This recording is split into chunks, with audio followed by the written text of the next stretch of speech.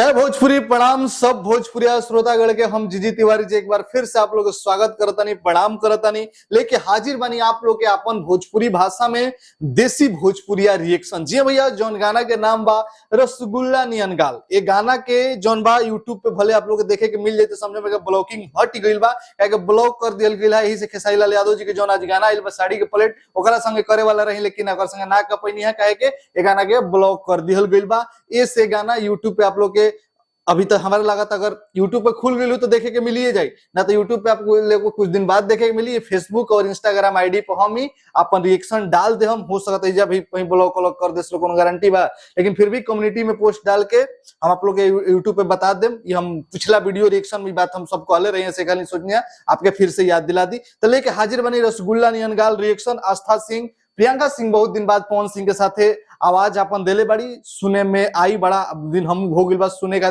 मन करते के बार देखी। प्रियंका सिंह और पवन सिंह के जो मैच बहुत सारा गाना हिट दिले वालो, ये लोग के आवाज में बहुत सारा गाना हिट बा, जो आदमी सुन सुन के मनोरंजित होत रहेला हमेशा। और आस्था सिंह और पवन सिंह के जोड़ी ऐसा ही ट्रेंड में बा, चर्चा में बा, फिल्म होके चाहे गाना होके, दोनों में जोड़ी सुपर हिट चल रहा बा। और ये जोड़ी के लेके तनी चर्चा भी हो रहा बाटे कि पवन सिंह जी नाराज बड़े आस्था सिंह से।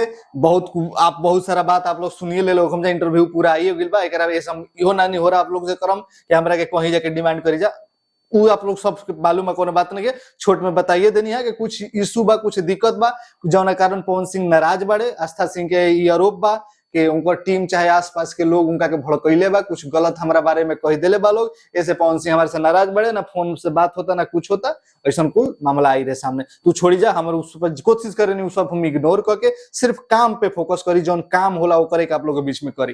तो चलिए रिएक्शन कर जाओ, क्या कभी भी रिएक्शन करनी है, फिर यह रिएक्शन करल बन तो तनी गला हमारा दुखाए नियन हो रहा बा। फिर भी आप लोग रिएक्शन करे नहीं तो कुछ आप लोग से ना मांगे नहीं, आप लोग से सिर्फ इतने मांगे नहीं, लाइक कमेंट शेयर और हमारा चैनल के सब्सक्राइब कर लीजिए, इंस्टाग्राम के आईडी के फॉलो कर लीजिए। और वही हो सकता है इंस्टाग्राम आईडी पे वीडियो देखा था हम तो जरूर आपके फॉलो कर लेम जा। फेसबुक पे पाएंगे तो फेसबुक आईडी के भी आप लोग लाइक फॉलो कर लेम जा, ठीक बा। तो चलिए रिएक्शन शुरू कर जाओ। बहुत दिन बाद गाना भी कुछ यूनिक बटे, गाना के इंतजार भी काफी दिन से आदमी करत रहे। अब तक जो गाना देखे के मिलल बड़े सो ओमे तो तनी कम रोमांस भइल बा, में एकदम पति पत्नी के रोल में रोमांस कइले बालो, अखिया में नासा बचा है जोन रहे में, तभी प्रेमी प्रेमी रहल उन्हें में पति पत्नी बन चुकल बालो। तो चलिए रिएक्शन शुरू कर जाओ। सुर म्यूजिक वर्ल्ड, सुरेंद्र यादव।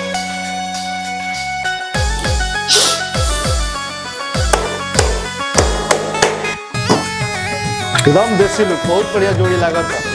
और ये जोड़ी तो फिल्म आवे के चाहिए, डिमांड करी जाएंगे कमेंट सेक्शन। पवन सिंह जी आस्था सिंह के माफ कर दे, जोड़ी के जोड़ा नहीं थे, फिल्म और एल्बम दोनों में हिट बा। हटी होने देहिया से दूर रही राजा जी, प्रियंका सिंह पर जोई खीस का भूला, क्या एक्टिंग करेली, क्या एक्सप्रेशन दे रही है, सुंदरो भी बाड़ी। देखिए एनर्जी, देखिए एनर्जी,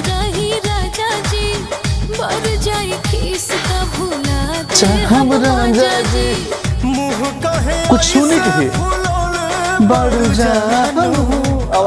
मिजाज तो हर ठीक ठाक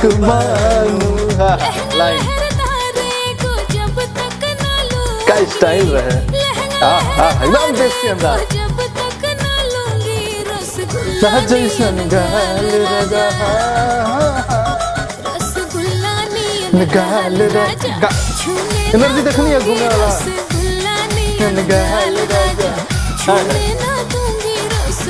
एकदम फैमिली नियन गाना, फैमिली वाला फिल्म बा, फैमिलियर गाना बा, पूरा फैमिली। ये दौर एक बार फिर शुरू हो गया भोजपुरी के।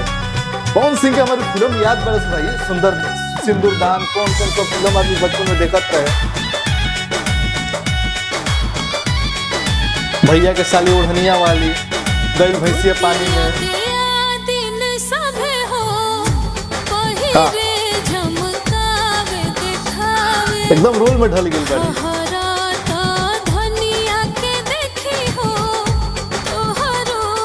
पवन सिंह भी रोल करे ले, लड़का नहीं बन जाले। सरिया में सोना लागेलू तू झकास हो, केहू ना बा तोहरा आस पास, बड़ाई करेगा की अंदाज, एकदम रियलिटी पे गाना बेस्ड बा। बिहारी भी वाला फील आवा था हमके घर परिवार के।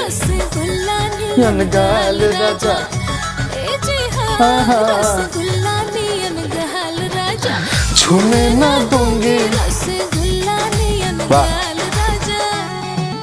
मतलब ये चीज के सिंपलो भी कहल जा सकता, लेकिन डांस करके अपन यूनिक अंदाज में पवन सिंह लड़का नियन हरकत करे लगे तो सब एक्टिंग के कमाल है। और राजेश मिश्रा जी के बुलाए के नहीं डायरेक्टर जे बारे तू हमार होइसन कमाइल कवनो सरधना पूरेला। एकदम रियलिटी बैकग्राउंड भर हो के भी सब खसिंगार पूरा हाय सीन। होखे, पिया तोहरा एतनो ना जुरेला हो। बहुत पुरानी एक्शन रहे। रहले बानी यहवे त पैसा लहंगा इनली हमान करे जाईसा नाही ऐसे भरोसा करूंगी। समझे होने को सेब वाला जब तक ना सेव वाला एप्पल ना सेव वाला रसगुल्ला यार नियन गजब गाल राइटर राजा। साहब। हाय लाल लाल गहल राजा। सुने ना दूंगी। रसगुल्ला नियन गहल राजा। छूने ना दूंगी रसगुल्ला नियन गहल राजा।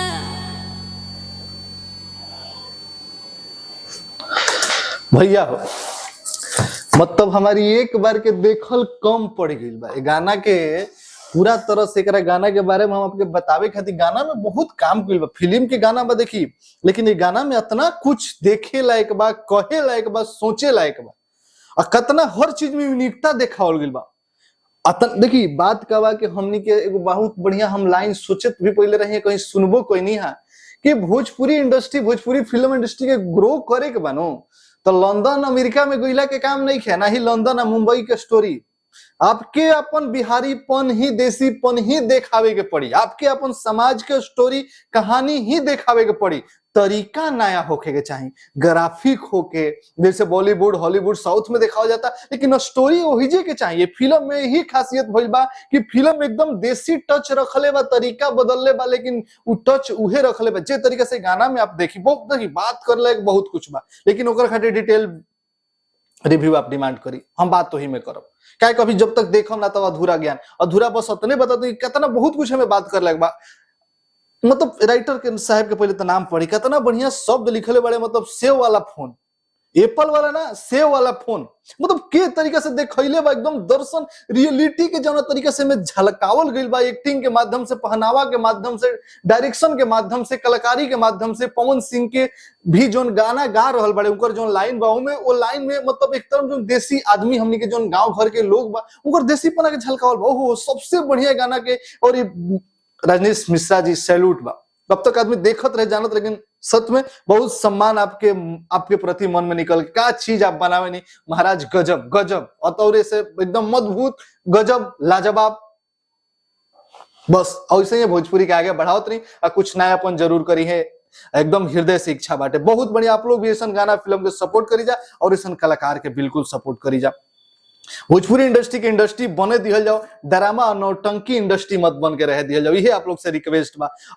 प्रफुल्ल तिवारी जी लिखले बड़ा, नाम हम सुनले रहे, हमारा याद ना रहे रहा, लेकिन पढ़े पोस्टर वोस्टर शायद पढ़ले बानी हम। गाना बहुत बढ़िया शब्द लिखले बानी सर, गजब गजब, बहुत बढ़िया लिखले बानी। राजेश मिश्रा जी, फेट में आस्था सिंह जी है बाड़ी, और सब मिला के बहुत जबरदस्त भइल बा। गाना बहुत जबरदस्त बाटे। दिल बहुत कुछ एकरा बारे में कहे के मन करता, सुने के मन करता। ये रिएक्शन बहुत बड़ हो जाला, ऐसे कोशिश करे नहीं कि छोट से छोट ही रिएक्शन बनाई, क्या कि कुछ लोग देख ना पाए। लेकिन आप लोग डिमांड करम जा एगो डेडिकेटेड मतलब स्पेशल रिव्यू आप लोग लेके आई में गाना पर बीएफसी न्यूज भोजपुरी, चाहे बीएफसी न्यूज पे। जय भोजपुरी एकता बना के रखी जा, और चैनल के सब्सक्राइब और आईडी के फॉलो करी जा। जय भोजपुरी, लव यू।